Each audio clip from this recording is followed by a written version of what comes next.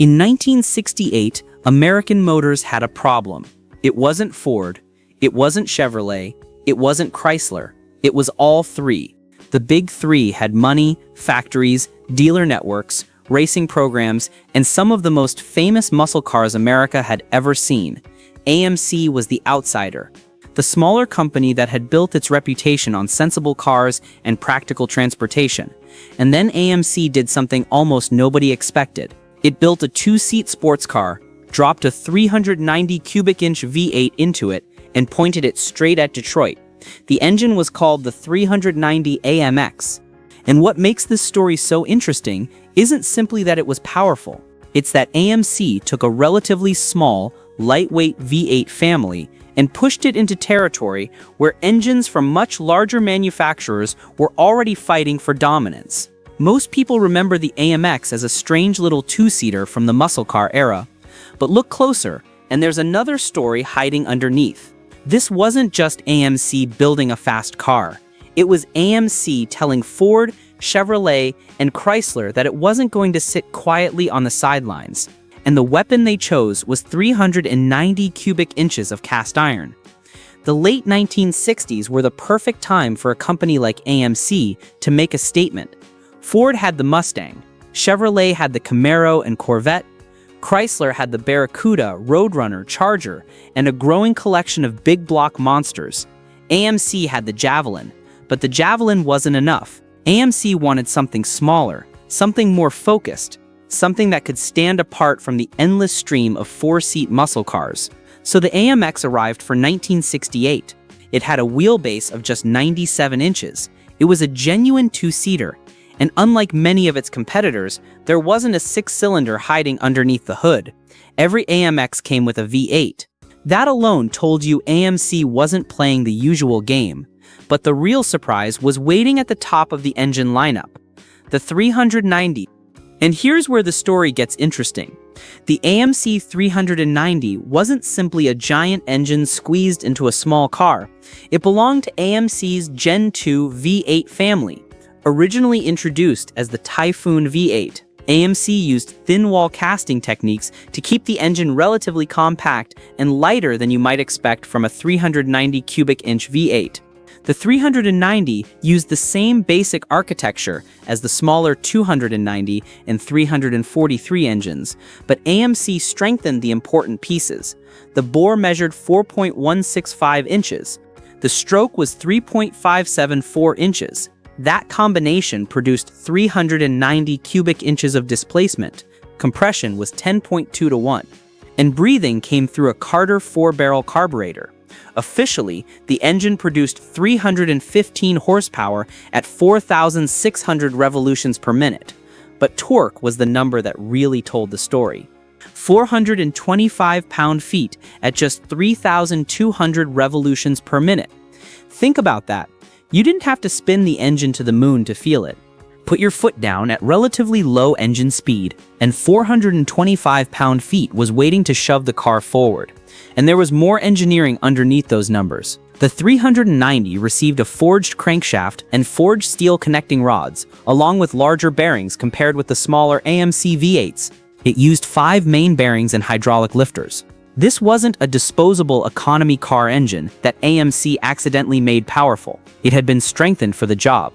The bottom end was built to handle serious abuse. The valve train was designed for reliability and performance, and the breathing was optimized for real-world driving conditions. AMC's engineers understood that peak horsepower meant nothing if the engine couldn't deliver power where drivers actually used it.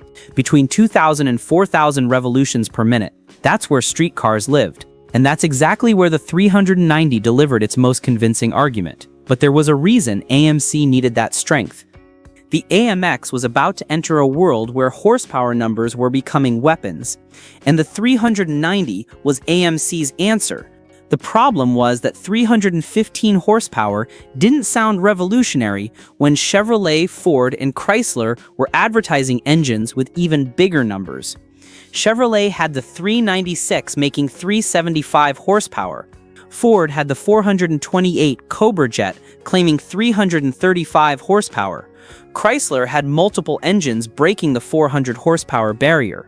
So why should anybody care about AMC's 390? Because numbers on a brochure don't tell you what happens when you put the engine inside a short wheelbase two-seater. The AMX weighed far less than many of the enormous muscle cars roaming American streets. A base AMX tipped the scales at around 3,100 pounds. Compare that to a Chevelle SS at 3,600 pounds, or a Ford Torino GT at 3,700 pounds, or a Dodge Charger pushing 3,800 pounds. Suddenly those numbers started looking very different. Now imagine that combination.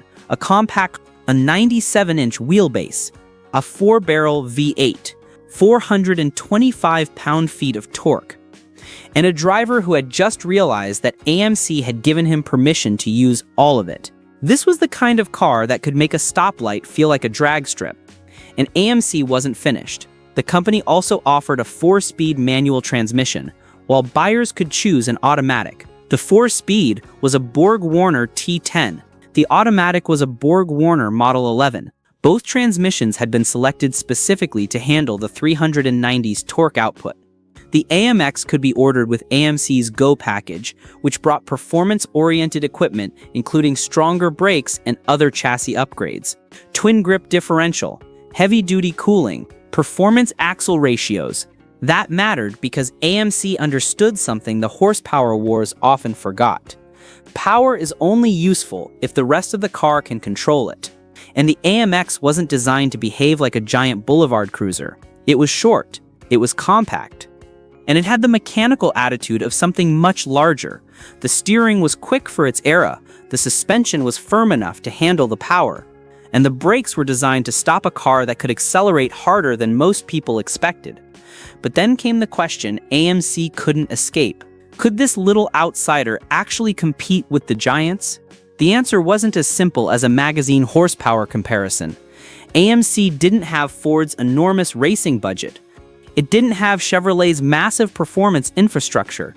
It didn't have Chrysler's growing army of Hemi and big block muscle. So AMC had to be clever. The AMX entered competition through SCCA road racing, where it was classified in B production alongside cars such as the Shelby GT 350. And that's where the limitations became obvious. The AMX was never eligible for the SCCA Trans Am Championship in the same way the Javelin was. That distinction is important. A lot of stories about the AMX blur together AMC's Javelin Trans Am program and the two-seat AMX. They weren't the same thing, but the AMX still proved it belonged on a racetrack. In the 1969 SCCA National Championship, an AMX finished second in the B production national standings. At Daytona later that year, Dwight Knupp drove an AMX to 6th overall among 28 A and B production entries, finishing only about a minute and 14 seconds behind the winning Corvette's average speed performance. That result wasn't a national championship. It wasn't a Le Mans victory, but it mattered because the little AMC had gone racing against serious machinery and refused to disappear. It had competed against Corvettes with bigger budgets, against Shelbys with more factory support, against Porsches with decades of racing pedigree. And the AMX held its own. That told you something about the platform. And it told you something about the 390 under the hood. And then came another side of the 390 story. The engine wasn't just useful in the AMX. AMC's 390 became part of a broader performance strategy that reached into cars like the Javelin and special models such as the C/Rambler. The idea was simple. Take AMC's relatively compact V8 architecture, build it strong, give it displacement, feed it through a 4-barrel, then put it in cars that were lighter and more aggressive than people expected. That formula could make the big three nervous. Not because AMC was actually about to bankrupt Ford or Chevrolet. It wasn't. The phrase "destroy the big three" is the kind of dramatic language that fits a modern YouTube title. But mechanically, AMC was doing something much more interesting. It was proving that you didn't need the biggest company to build a serious performance engine. And you didn't necessarily need a 427, a 426 Hemi, or a massive big block to create a street car that felt violent. Sometimes 390 cubic inches was enough, especially when it was sitting in a car that weighed 500 pounds less than the competition. There was also something unusual about AMC's engineering strategy. The 390 shared basic dimensions and architecture with the smaller engines, but the larger displacement came from a much bigger bore. At 4.165 inches, the bore was enormous compared with the 290's 3.750-inch bore. The stroke remained relatively moderate at 3.574 inches. That gave the engine a character that wasn't simply about low-end grunt. It could make serious torque without requiring an extremely long stroke. The engine could rev reasonably well for its size. It breathed efficiently, and it didn't carry the mechanical baggage of some over-square designs that sacrificed durability for peak numbers. And because AMC kept the engine family compact, the 390 didn't carry the same visual intimidation factor as some of Detroit's enormous big blocks. That was part of the magic. Open the hood, and you didn't necessarily see the largest engine in the parking lot. The 390 looked almost modest compared to a Chrysler 440 or a Ford 429. It didn't dominate the engine bay. It didn't require exotic hood scoops or massive air cleaners. It just sat there, looking almost ordinary. Then the driver hit the throttle, and suddenly nobody cared what the badge said, because the feeling was unmistakable. 425 pound-feet launching a 100-pound car created a sensation that no dyno sheet could properly convey. The 1968 AMX became a mechanical statement. AMC built 6,725 AMXs that first year, and 4,399 of them received the 315 horsepower 390. That means the 390 wasn't some ultra-rare experimental engine that only a handful of customers could buy. It was the engine that defined the AMX for thousands of owners. And that makes the story even stranger, because this supposedly secret weapon wasn't hidden away in a laboratory. It was sitting on dealership floors. You could walk in and order one. You could put your name on the paperwork and then drive home with 425 pound-feet of torque under your right foot for about $3,200. That was the base price of a 1968 AMX. Add the 390 engine option, some performance equipment, and maybe a few comfort features, and you might walk out the door for $4,000. Compare that to a Corvette at nearly $5,000, or a loaded Mustang GT pushing $3,800. The AMX wasn't the cheapest muscle car, but it offered genuine performance at a price point that made the big three look expensive. But there was one thing AMC couldn't defeat: scale. The big three could build more cars, they could spend more money, they could create more engines, they could advertise more aggressively, and they could survive mistakes that would have crippled a smaller manufacturer. AMC couldn't win that war by becoming a smaller version of Ford, so it did something smarter. It became different. The AMX wasn't a Mustang, it wasn't a Camaro, it wasn't a Corvette, it wasn't a Charger, it was an AMC, 2 seats, short wheelbase, a compact body, and a V8 that could deliver 315 horsepower and 425 pound-feet of torque. That identity mattered, because by the time the late 1960s muscle car war reached its peak, AMC had managed to create something the larger companies couldn't simply copy: an outsider's muscle car. And the 390 was at the center of it. There was even more potential hiding inside the engine. AMC's performance catalog offered a Group 19 high-performance camshaft with substantially more aggressive specifications than the standard cam. The factory 390 used a 266-degree cam profile with approximately 0.425-inch lift, while the optional high-performance cam was listed at 302 degrees with 0.477-inch lift. That difference tells you exactly where AMC's engineers saw the potential. The street engine was designed to be usable. The performance parts were designed to let enthusiasts push it harder. Hotter ignition systems were available. Higher flow intake manifolds could be ordered. Better exhaust headers existed in the catalog. And that became one of the most important parts of the 390's legacy.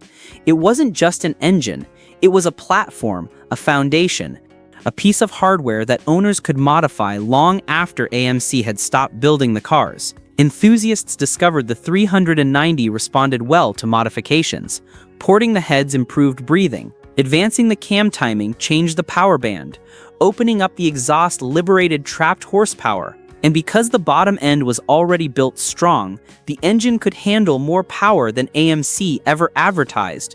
But the muscle car era was already running toward its ending. Insurance costs were rising. Emissions regulations were becoming more restrictive. Fuel economy was becoming more important. And the enormous horsepower war that had exploded during the 1960s couldn't continue forever. AMC's 390 evolved. By 1970, the AMX could receive a 390 rated at 325 horsepower, depending on configuration and model year. But the world around it was changing. The golden age of giant displacement street engines was beginning to close, and AMC itself would eventually disappear as an independent American automaker. The company that once challenged Detroit would ultimately become part of Chrysler. The AMX disappeared from the new car market after the 390 disappeared with it. But something unexpected happened afterward. The cars became more valuable, the engines became more interesting, and the people who understood what AMC had actually built started preserving them. Today, the AMX is one of those cars that can completely change the atmosphere at a classic car gathering. A Mustang pulls in, and people know what they're looking at. A Camaro arrives, and everyone understands the story. Then an AMX rolls into the parking lot. People stop, they look twice, they walk over, they ask questions, because it doesn't fit neatly into the usual muscle car categories. And when the hood opens, the 390 tells the rest of the story. 425 pound-feet, 4-barrel carburation, forged internals, a 4.165-inch bore, a 3.574-inch stroke, 10.2-to-1 compression, 315 factory-rated horsepower, and all of it sitting inside a 2-seat American sports car built by the company nobody expected to be in the fight. That's what makes the 390 AMX so fascinating. It didn't destroy the big three. It did something more realistic. It embarrassed the assumption that AMC couldn't compete. Ford had enormous resources. Chevrolet had legendary small blocks and big blocks. Chrysler had Hemi and wedge engines that became icons. AMC had fewer resources, fewer engineers, smaller budget, less factory support. So AMC chose a different weapon: compact engineering, big displacement, forged hardware, and a car small enough to make every pound of torque matter. The 390 AMX wasn't the most powerful engine of the muscle car era. It wasn't the fastest. It wasn't the most famous. It didn't need to be. Its significance came from what it represented: a smaller manufacturer looking at the giants of Detroit and deciding that the only acceptable answer was to build something they couldn't ignore. And maybe that's the real secret behind this engine. It wasn't secretly built to literally destroy Ford, Chevrolet, and Chrysler. It was built because AMC knew it couldn't beat them by playing their game, so it created its own. And for a brief moment, in the middle of America's greatest horsepower war, the outsider had a 390 under the hood. You could hear it coming. That distinctive AMC V8 rumble. Deep, mechanical, purposeful. You could feel the torque. All 425 pound-feet waiting at 3,200 revolutions per minute, ready to launch that short wheelbase body forward. And you could finally understand what AMC was trying to say. We're still here. We're still building V8. We're still competing, and we're not asking permission. The 390 AMX proved that passion could compete with corporate budgets, that engineering could overcome limited resources, and that sometimes the best stories come from the companies that refuse to quit, even when the odds said they should. If you enjoyed this story, let me know what forgotten AMC, Ford, Chevy, or Mopar engine deserves the spotlight next. And subscribe for the next deep dive into the machines that helped define America's horsepower wars.